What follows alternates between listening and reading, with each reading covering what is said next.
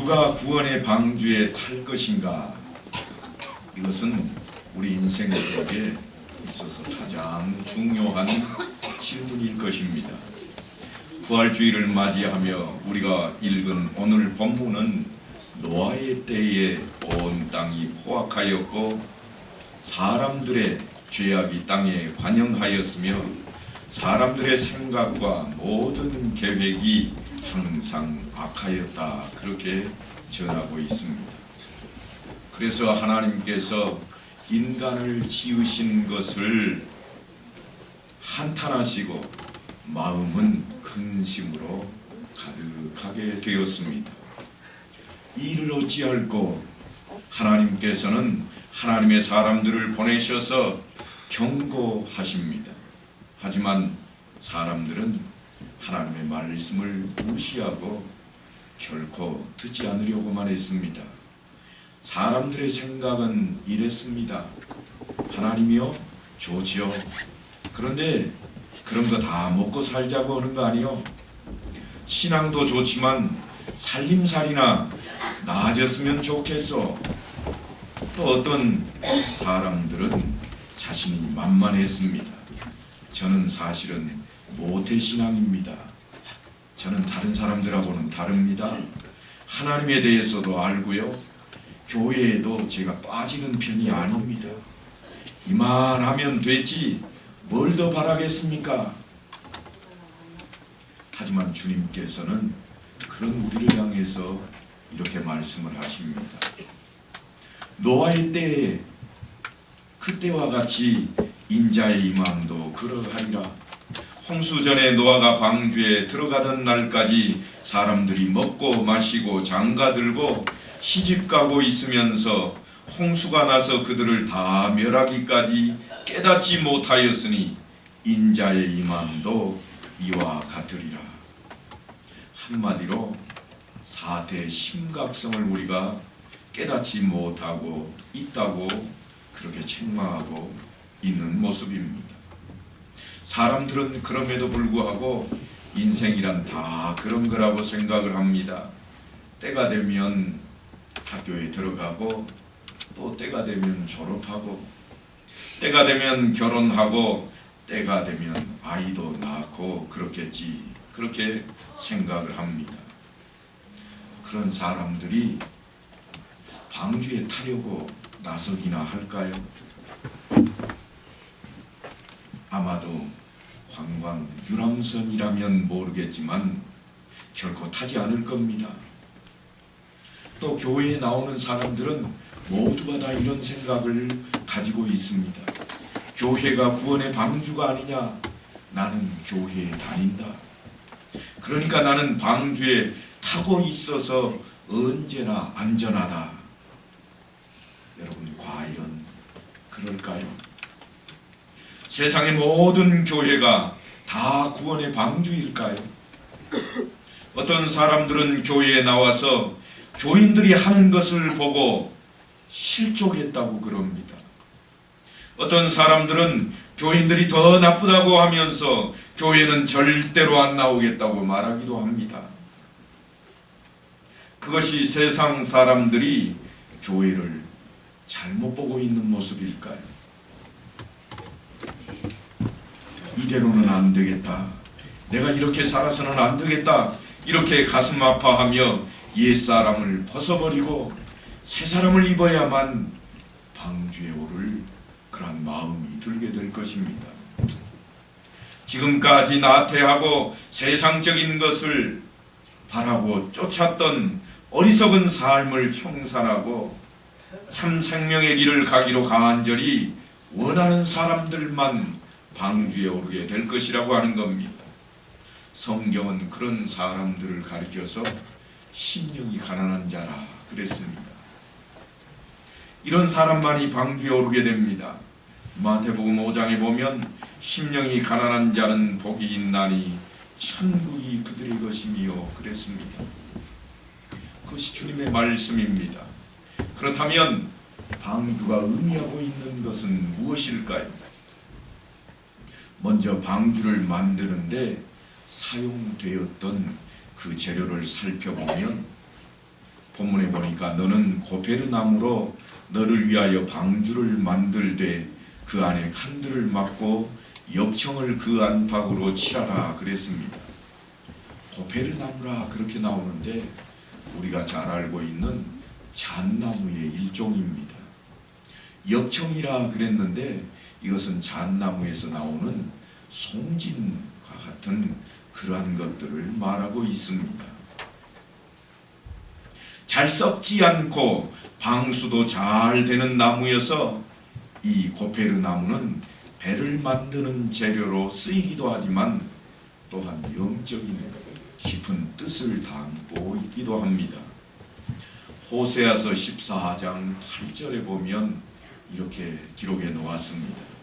나는 푸른 잣나무 같으니 네가 나로 말미암아 열매를 얻으리라. 하나님께서 나는 푸른 잣나무 같다. 무슨 말씀인가 하면 방주의 재료인 고페르나무가 하나님 자신과 같다고 하는 그런 말씀입니다. 하나님 안으로 들어오는 자는 방주에 오르는 자와 같다는 이야기입니다. 방주가 무엇으로 구성이 되어 있는가 하고 봤더니 고페르나무라. 고페르나무는 하나님과 같다 했으니 하나님으로 되어 있다고 하는 이야기입니다. 우리를 구원하기 위해서 십자가에 달려 돌아가신 그 주님, 그 하나님이 우리가 타야 하는 방주를 만드는데 자신의 몸을 들였다는 것입니다. 예수님의 사역은 여기에서 그치지 않습니다. 죽음 가운데에서 부활하심으로 모든 세상의 악을 이기셨습니다. 승천하심으로 온 우주를 다스리는 만왕의 왕이 되셨다고 성경은 기록해 놓고 있습니다.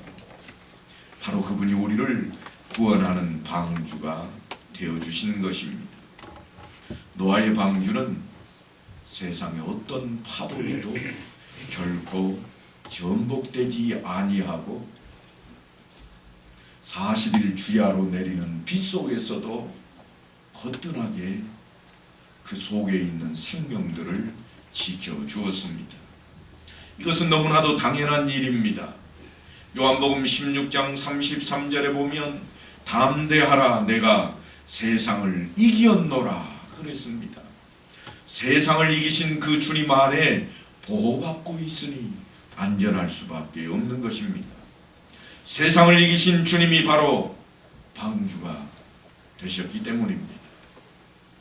오늘날 방주에 탄다고 하는 것은 복음을 통하여 예수 그리스도를 믿는 것이요 그분을 나의 구세주로 영접하는 것입니다.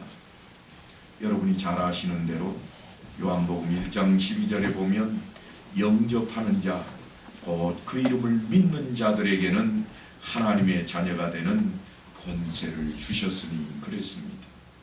믿는 자에게는 하나님의 자녀가 되는 권세를 이미 주셨다고 하는 겁니다. 그러므로 내가 예수 그리스도를 믿는다면 나는 하나님의 자녀가 된 것입니다. 방주에 오르는 일은 거기에 올라타는 것으로 끝이 아니라 사실은 하나님의 자녀가 되는 놀라운 은혜를 덧입는 것입니다. 나아가서 하나님의 능력을 덧입는 것이요 생명나무의 열매를 얻는 것입니다.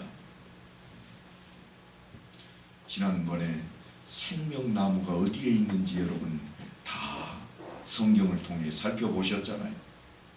요한계시록 마지막 장에 가니까 생명나무는 하나님과 그 어린 양의 보좌에서 흘러나오는 생명수가 흐르는 강 양가에 생명나무가 있어서 12달 내내 12가지 열매를 맺는다 그랬습니다.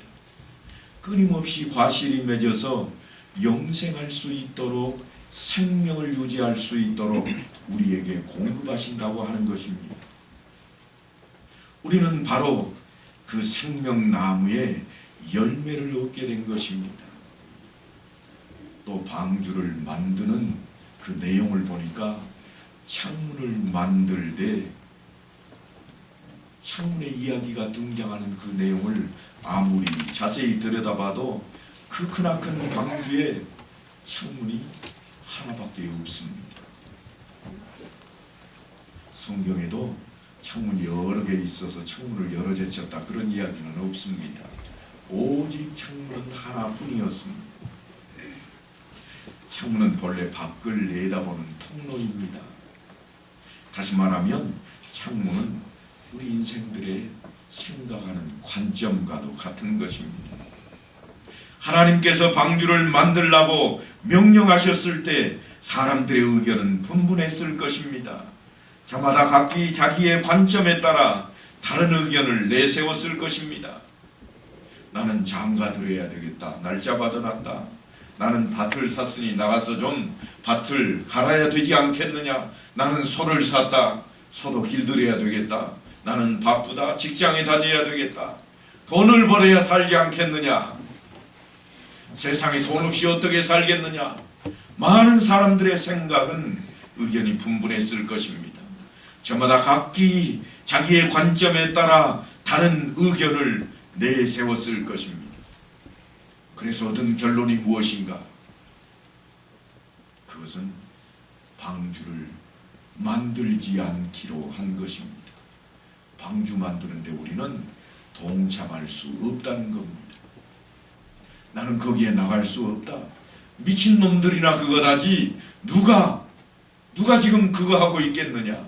그것도 그 깊은 산 속에서 그 크나큰 배를 누가 가서 만들고 있겠느냐.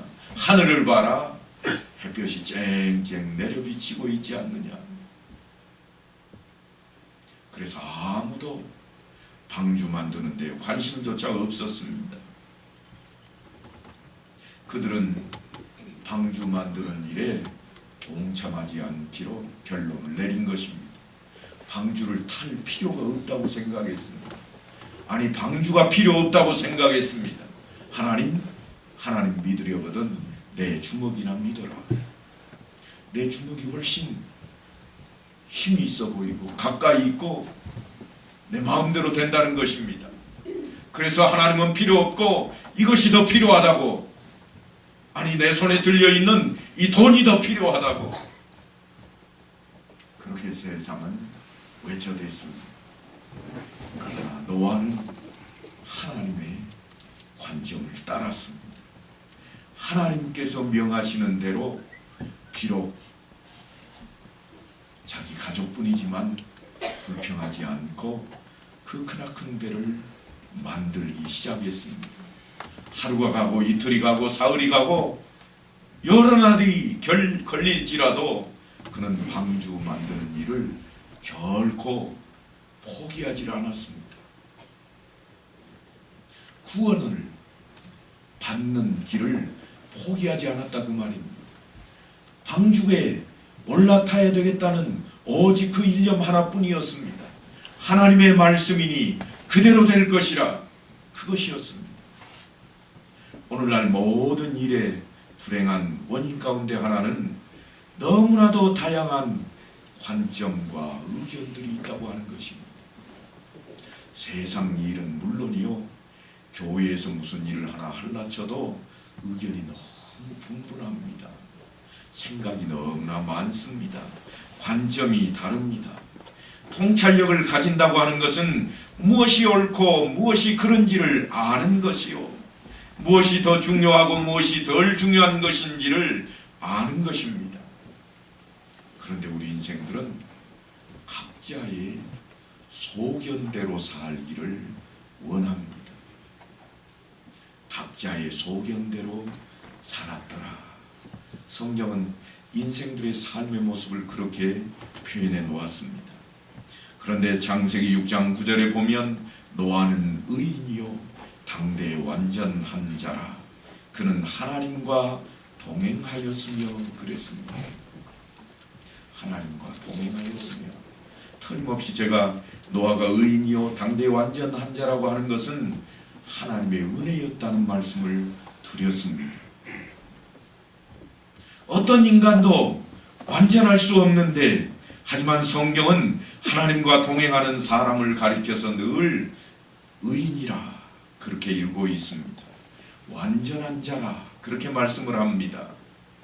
하나님과 동행하면서 하나님과 생각을 같이 한 사람인데 실수가 없겠습니까? 사람인데 실패하지 않았겠습니까? 사람인데 죄를 짓지 않았겠습니까? 그런데도 불구하고 하나님과 함께만 하면, 하나님의 그 관점대로 따르기만 하면, 순종하기만 하면 내 마음에 합한 자라 그러시고, 하나님께서는 하나님의 뜻에 따라 산 사람들, 하나님과 동행한 자를 의인이라 말씀을 하고 있다고 하는 것입니다. 여러분이 잘 아시는 대로 죄를 거침없이 저질렀던 다윗이라고 하는 왕이 있습니다. 우리가 잘 알지 않습니까? 그는 죄인이었습니다. 유대인들이 그를 그대로 죄를 정했다면 돌을 들고 다 쳐 죽여야 될 그러한 죄까지도 범했습니다. 그는 간음한 자였고 살인한 자였습니다. 그런데 하나님께서는 그를 내 마음에 합한 자라, 죄인이 아니어서가 아닙니다. 하나님께 순종했기 때문입니다. 죄인이 아니어서가 아닙니다. 하나님과 동행했기 때문입니다. 여러분 자신이 부족하다고 생각하십니까? 부족해도 하나님은 괜찮다고 그러십니다. 연약한 중에 강함을 보이시겠다고 말씀을 합니다. 부족한 중에 넉넉함을 찾겠다고 말씀을 하십니다. 그러니 내 부족한 것, 내 연약한 것이 문제가 되지 않습니다. 무엇이 문제인가? 하나님과 함께 하느냐 하는 문제입니다. 우리가 하나님과 함께 하기만 하면 우리는 틀림없이 의인이라 칭한 노아와 같은 인물이 될 것입니다. 그리고 방주에는 그 큰 배를 움직이게 하는 어떤 동력도, 방향을 잡아주는 키마저도 없는 모습을 대하게 됩니다. 여러분 오늘날 만드는 배 중에 노가 없고 키가 없는 배를 보신 적이 있습니까? 그런데 방주에는 그것이 없습니다. 하나님께서 그것을 모르셔서 만들지 말라고 하신 것이 아니라 아예 거론조차 하지 않았습니다. 노아도 따져 묻지 않았습니다.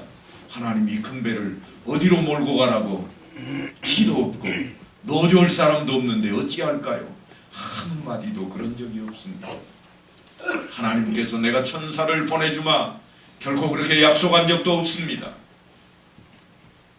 왜냐하면 그 이유는 방주가 하나님 자신이기 때문입니다. 하나님께서 함께 하시기 때문에 방향도 또한 안전함도 다 지켜주시겠다 하는 것입니다. 예수님 자신이기 때문입니다. 예수님은 생명이요 그 자체이시며 모든 에너지와 생명의 원천이 되십니다. 그러니 배를 움직일 동력이 필요하지 않았던 것입니다. 예수님은 지혜 그 자체가 되십니다. 어디로 가야 할지, 어디로 인도해야 할지를 아시는 분이십니다. 그러므로 키가 필요 없었던 것입니다. 예수님께서 마지막으로 제자들에게 설교하셨던 내용이 요한복음 15장 9절부터 기록이 되어 있습니다. 거기에 보니까 이렇게 제자들에게 가르치십니다. 아버지께서 나를 사랑하신 것 같이 나도 너희를 사랑하였으니 나의 사랑 안에 거하라. 내가 아버지의 계명을 지켜 그의 사랑 안에 거하는 것 같이 너희도 내 계명을 지키면 내 사랑 안에 거하리라.